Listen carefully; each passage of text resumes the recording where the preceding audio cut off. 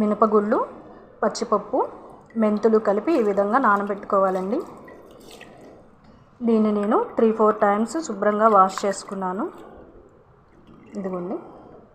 ఈ బియ్యాన్ని మనం కనీసం 5-6 గంటలైనా నాననివ్వాలండి. అటుకులు మనం మిక్సీ వేసుకునేటప్పుడు వాటర్ పోసుకొని ఒకసారి కడిగి వాటర్ పోసుకొని మనం మిక్సీ వేసేటప్పుడు జార్లో వేసుకోవాలండి. ఇప్పుడే నానేస్తే అవన్నీ బాగా మెత్తగా అయిపోతాయి.